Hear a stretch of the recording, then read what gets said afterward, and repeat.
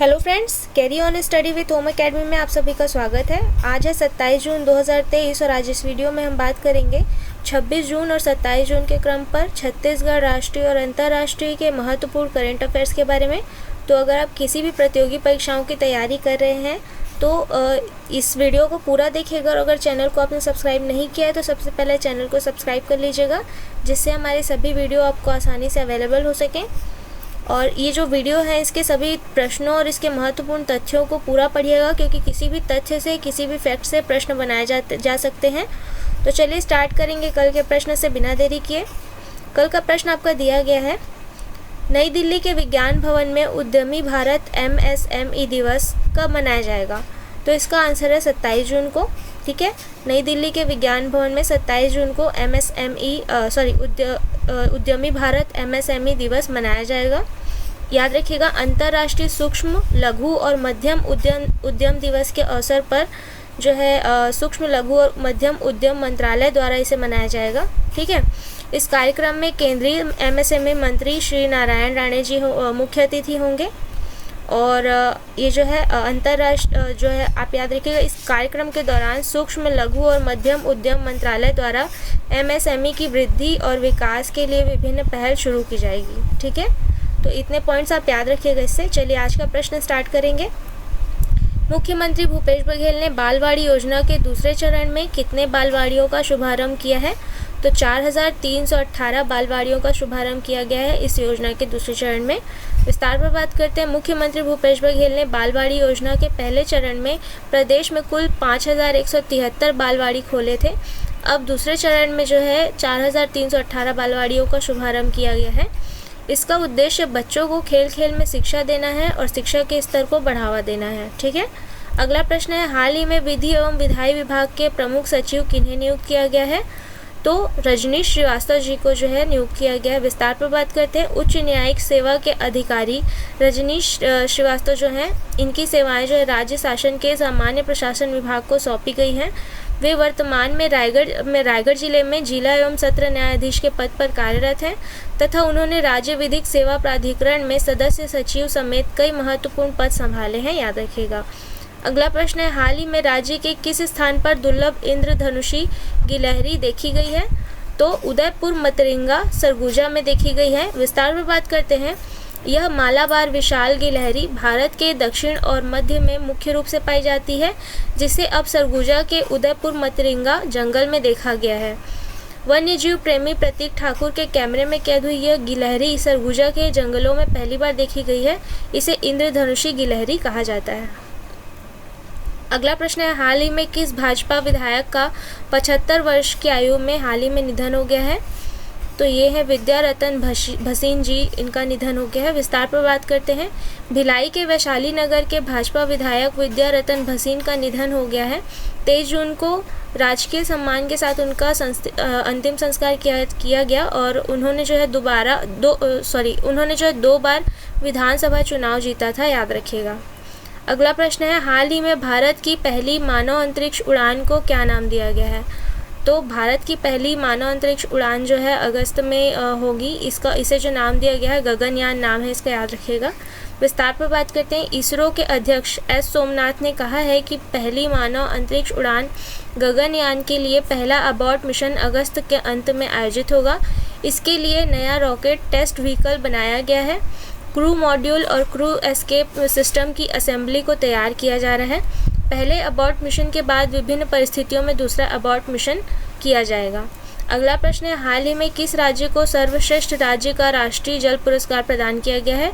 तो हाल ही में मध्य प्रदेश को जो है सर्वश्रेष्ठ राज्य का राष्ट्रीय जल पुरस्कार प्रदान किया गया है। विस्तार पर बात करते हैं। जल जीवन मिशन के तहत जल संरक्षण, संवर्धन और प्रबंधन से मध्य प्रदेश नंबर 1 राज्य बन गया है।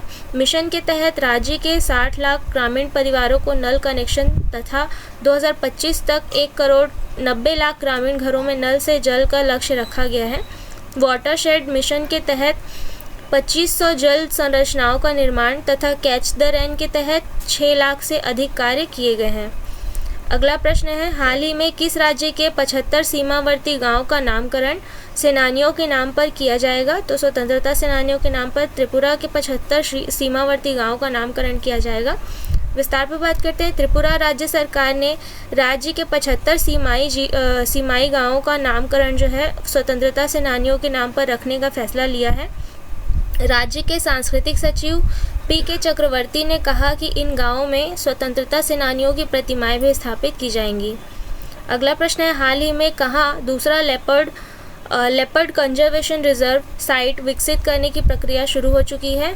तो राजस्थान के पाली में जो है दूसरा लेपर्ड कंजर्वेशन रिजर्व साइट विकसित करने की प्रक्रिया शुरू हो चुकी है। विस्तार पर बात करते हैं। राजस्थान में तेंदुओं के लिए विश्वविख्यात साइट जवाई कंजर्वेशन के बाद पाली जिले में देसूरी के निकट दूसरी रिजर्व साइट विकसित किया जा रहा है।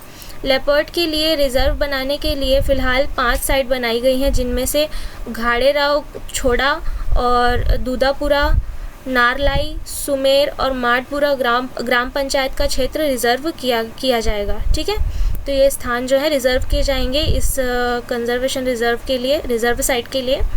अगला प्रश्न है, हाल ही में किस भारतीय टेबल टेनिस खिलाड़ी ने WTT कंटेंडर टाइटल जीता है? तो अहिका और सुतीर्था ने WTT कंटेंडर टाइटल जीता है। विस्तार पर बात करते हैं। ट्यूनिस में आयोजित महिला डबल्स के फाइनल में अहिका मुखर्जी और सुतीर्था मुखर्जी ने जापान की मियू किहारा और मीवा हेरीमोटो को हराया है और भारतीय जोड़ी ने जो है जापानी जोड़ी को 30 मिनट में हराकर खिताब अपने नाम किया है।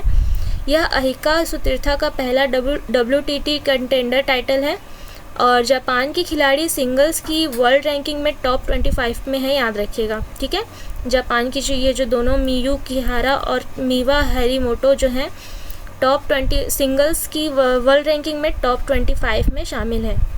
अगला प्रश्न है, हाल ही में ताइक्वांडो प्रीमियर लीग के फाइनल में किसने जीत हासिल की है? तो राजस्थान रिबेल्स ने ताइक्वांडो प्रीमियर लीग जो है का खिताब जीता है। विस्तार पर बात करते हैं। राजस्थान रिबेल्स फाइनल में दिल्ली वॉरियर्स को 2-1 से हराकर ताइक्वांडो लीग का चैंपियन बना है। सेमीफाइनल में राजस्थान रिबेल्स ने जो है गुजरात थंडर्स को और दिल्ली वॉरियर्स ने पंजाब रॉयल्स को हराकर फाइनल में प्रवेश किया था। अब फाइनल्स में राजस्थान रिबेल्स ने खिताब जीत लिया है। ताइक्वांडो प्रीमियर लीग 2023 जो है नई दिल्ली में 25 जून को शुरू हुई थी और इसमें जो है 12 टीमों ने हिस्सा लिया था, 12 फ्रेंचाइजियों ने हिस्सा लिया था, याद रखिएगा। अगला प्रश्न है, हाल ही में सबसे ज़्यादा कमाई करने वाले फार्मूला 1 रेसर कौन बने हैं? तो लुइस हैमिल्टन जो है सबसे ज़्यादा कमाई करने वाले फार्मूला 1 रेसर बने हैं।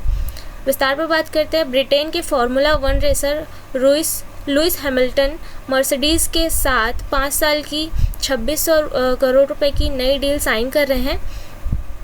7 बार के वर्ल्ड चैंपियन हैमिल्टन को मर्सिडीज़ से जो है सालाना करीबन 50 मिलियन पाउंड मिलेंगे।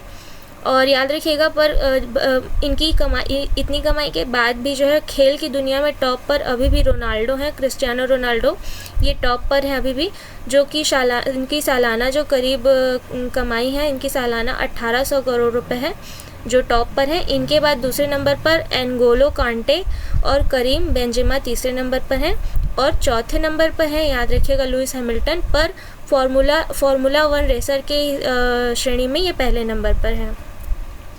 अगला प्रश्न है, हाल ही में कौन पहला ग्रास कोर्ट खिताब जीतकर नंबर 1 खिलाड़ी बन गए हैं?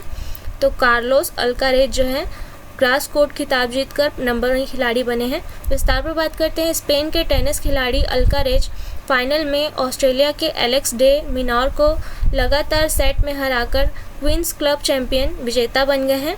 उन्होंने फाइनल मुकाबला 1 घंटे 39 मिनट में 6-4, 6-4 से जीता है। उन्होंने केवल तीसरी बार यह टूर्नामेंट खेला है और पहली बार इसमें जीत हासिल की है। यह उनका इस सीज़न में 5वां खिताब है, याद रखिएगा।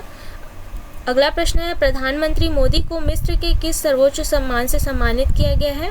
तो इसका आंसर आपको कमेंट बॉक्स पर देना है। और साथ ही मैं बताना चाहूँगी कि हमारे एकेडमी में क्लासेस अवेलेबल हैं और नई बैचेस स्टार्ट की जा रही हैं। तो अगर आप इंटरेस्टेड हैं तो दिए गए कॉन्टैक्ट नंबर पर कॉन्टैक्ट कर सकते हैं या विजिट कर सकते हैं हमारे एकेडमी में, ओम एकेडमी, अमर कॉम्प्लेक्स, गांधी चौक, जूना बिलासपुर में। तो आज की वीडियो में इतना ही। कल मिलेंगे अगले वीडियो के साथ। अगर आपको वीडियो पसंद आई हो तो लाइक और शेयर कर दीजिएगा और चैनल को सब्सक्राइब कर लीजिएगा। धन्यवाद।